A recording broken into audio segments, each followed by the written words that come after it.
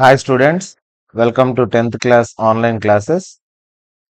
ఈరోజు సెషన్లో మనం కొత్త చాప్టర్ స్టార్ట్ చేయబోతున్నాం, అర్థమెటిక్ ప్రోగ్రెషన్. దానికి సంబంధించిన ఇంట్రొడక్షన్ అండ్ డిఫరెంట్ ఫార్ములాస్ ఏముంటాయి ఈ చాప్టర్లో యూస్ చేసేటివి అనేది చూడబోతున్నాం. అర్థమెటిక్ ప్రోగ్రెషన్ అంటే కాన్స్టాంట్ ఇంక్రీజ్ ఆర్ డిక్రీజ్ ఉండే సిరీస్ను మనం ఇంక్రీజ్ కానీ డిక్రీజ్ కానీ ఉండే సిరీస్ను మనం ఏమంటామంటే అర్థమెటిక్ ప్రోగ్రెషన్ అంటాం. ఒక ఎగ్జాంపుల్ తీసుకున్నట్లయితే మనం 2 ఉంది, 2కు 3 యాడ్ అయితే 5, 5 + 3 8, 8 + 3 11.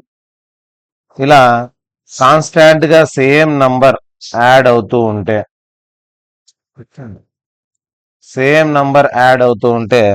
ఈ సిరీస్ ఏమంటాం అనే arithmetic series or arithmetic progression అంటాం.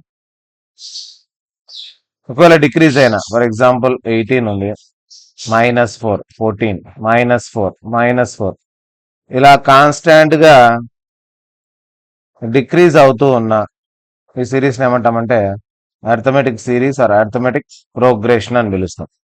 ఇటువంటి సిరీస్ జనరల్ ఫామ్ ఏమి, వాటికి సంబంధించిన ఫార్ములాస్ ఏంటివి అనేది మనం చూడబోతున్నాం. జనరల్ ఫామ్ అంటే ఇది ఎలా ఉంటుందంటే, ఇక్కడ ఉండే ఫస్ట్ టర్మ్ ను ఏ అంటాం, కాన్స్టాంట్ గా ఏదైతే పెరుగుతోందో, ఇక్కడ 3 3 3 పెరుగుతుంది కదా, దాన్ని డి అంటాం. ఫస్ట్ డి పెరిగింది, తర్వాత ఇంకొక డి పెరుగుతుంది కదా, 2d 3d, ఇలా పెరుగుతూ పోతుంది. దీన్ని general form of arithmetic progression అంటాం. జనరల్ సిరీస్ అన్నమాట ఫామ్. ఏ అంటే ఇక్కడ ఫస్ట్ టర్మ్, డి అనేది కామన్ డిఫరెన్స్. ఏ అంటే ఫస్ట్ టర్మ్, డి అంటే కామన్ డిఫరెన్స్. సో ఎంతెంత పెరుగుతుందో దాన్ని కామన్ డిఫరెన్స్ అంటాం. ఇందులో general term or last term కనుక్కోవడానికి ఫార్ములా. ఇప్పుడు ఫస్ట్ టర్మ్ లో ఇక్కడ డి లేదు, సెకండ్ లో ఒక డి వచ్చింది, థర్డ్ టర్మ్ లో 2 డీలు. అంటే ఫస్ట్ టర్మ్ ఏమంటామంటే A1 ఆర్ ఏ అని పిలుస్తాం, అది ఫస్ట్ది ఏ. సెకండ్ టర్మ్ ను A2 అంటాం, ఒక డి పెరిగింది, 1d.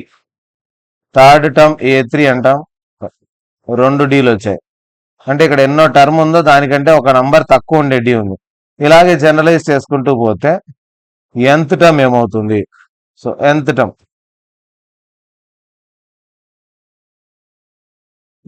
టర్మ్ ఏమవుతుందంటే an = ఏ ప్లస్, అన్ని ఏ ప్లసే, దీనికంటే ఒక డి తక్కువ, n కంటే ఒకటి తక్కువ, అంటే n-1d అవుతుంది. ఇది మనకు nth టర్మ్ కు ఫార్ములా లాగా ఉపయోగపడుతుంది. nth టర్మ్ అనొచ్చు, లేదా జనరల్ టర్మ్ అనొచ్చు, లేదా లాస్ట్ టర్మ్, ఏ పేరుతో అయినా పిలుచుకోవచ్చు నేను. సో దీనికి different names, nth term, last term or general term అంటాం. సో ఏది కనుక్కోవాలనే ఇదే.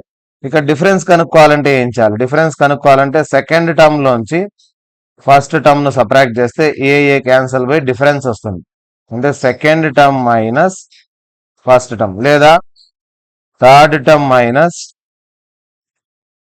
సెకండ్ టర్మ్, ఎక్కడైనా తీసేయచ్చు, లేదా fourth term minus third term. ఎక్కడ చూసినా కూడా డిఫరెన్స్ అనేది కామన్ గా ఉంటేనే అది అర్థమెటిక్ ప్రోగ్రెషన్ అంటాం. సో ఇది జనరల్ సిరీస్ ఎలా ఉంటుంది అనేది, a+d, a+2d.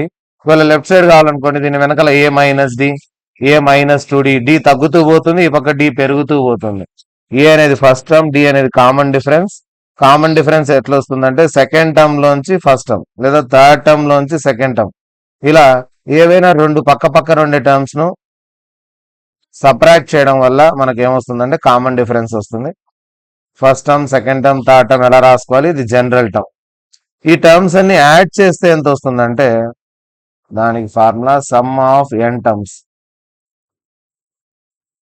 Some of n terms కనుక్కోవడానికి formula n/2 into first term plus last term. అంటే n/2 ఇంటూ ఫస్ట్ టర్మ్ కు లాస్ట్ టర్మ్ యాడ్ చేయాలి. లాస్ట్ టర్మ్ అంటే మనకి ఏం ఫార్ములా తెలుసు, a+n-1 into d. So a plus a add చేస్తే 2a plus పక్కన ఉండేది అలాగే ఉంటుంది n-1 ఇంటూ డి. అంటే ఈ రెండు ఫార్ములాస్ లో ఏదైనా వాడుకోవచ్చు.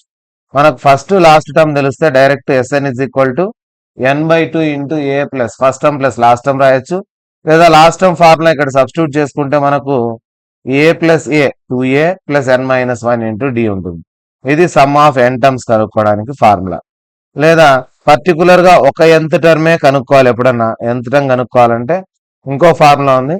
సమ్ ఆఫ్ ఎన్ టర్మ్స్ లోంచి సమ్ ఆఫ్ n-1 టర్మ్స్ తీసేస్తే nth టర్మ్ కనుక్కోవచ్చు. ఇది రేర్ గా యూజ్ చేసే ఫార్ములా. అప్పుడప్పుడు కాంపిటేటివ్ ఎగ్జామ్స్ లో కూడా వస్తూ ఉంటుంది ఈ ఫార్ములా.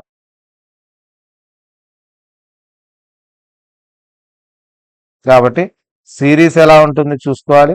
ఫస్ట్ టర్మ్ అంటే ఏమి, కామన్ డిఫరెన్స్ అంటే ఏమి, last term or general term ఎలా కనుక్కోవాలి, సమ్ ఆఫ్ ఎన్ టర్మ్స్ ఎలా కనుక్కోవాలి. ఇక దీంతో పాటు sum of first n natural numbers, sum of first n natural numbers అంటే వరుసగా ఉండే న్యాచురల్ నంబర్స్ టోటల్ కనుక్కోవడానికి formula n into n+1/2. So ఈ ఫార్ములా కూడా మనకు న్యాచురల్ నంబర్స్ టోటల్ అంటే ఎలాగంటే 1+2+3+ ఇలా న్యాచురల్ నంబర్స్ అని యాడ్ చేస్తే ఆన్సర్ ఎంత వస్తుంది అంటే దానికి ఫార్ములా n ఇంటూ n+1/2. ఈ రెండు మనం రేర్ గా వాడుతూ ఉంటాము.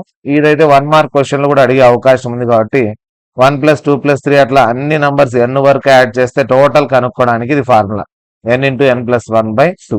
సో ఇవి ఈ ఫార్ములాస్ మనకు బాగా గుర్తుంటే మనం ఎగ్జాంపుల్స్ అండ్ ఎక్సర్సైజ్ ప్రాబ్లమ్స్ అన్ని కూడా ఈజీగా సాల్వ్ చేయొచ్చు. కాబట్టి మీరు బాగా గుర్తుపెట్టుకోవాల్సిన formula nth term, sum of n terms and sum of first n natural numbers. ఇవి బాగా వస్తే చాలు.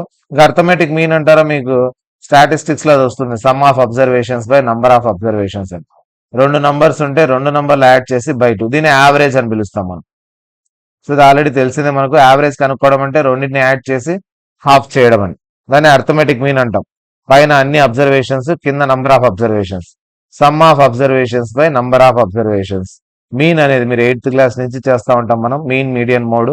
మీన్ కు ఫార్ములా అనుకోండి some of observations by number of observations. So ఈ ఫార్ములాస్ కన్నా మనకు గుర్తుంటే ఈ చాప్టర్ చాలా ఈజీగా అయిపోజేసుకోవచ్చు. నెక్స్ట్ సెషన్ లో మనం ఈ చాప్టర్ కు సంబంధించిన ఎగ్జాంపుల్స్ అన్ని చూద్దాం.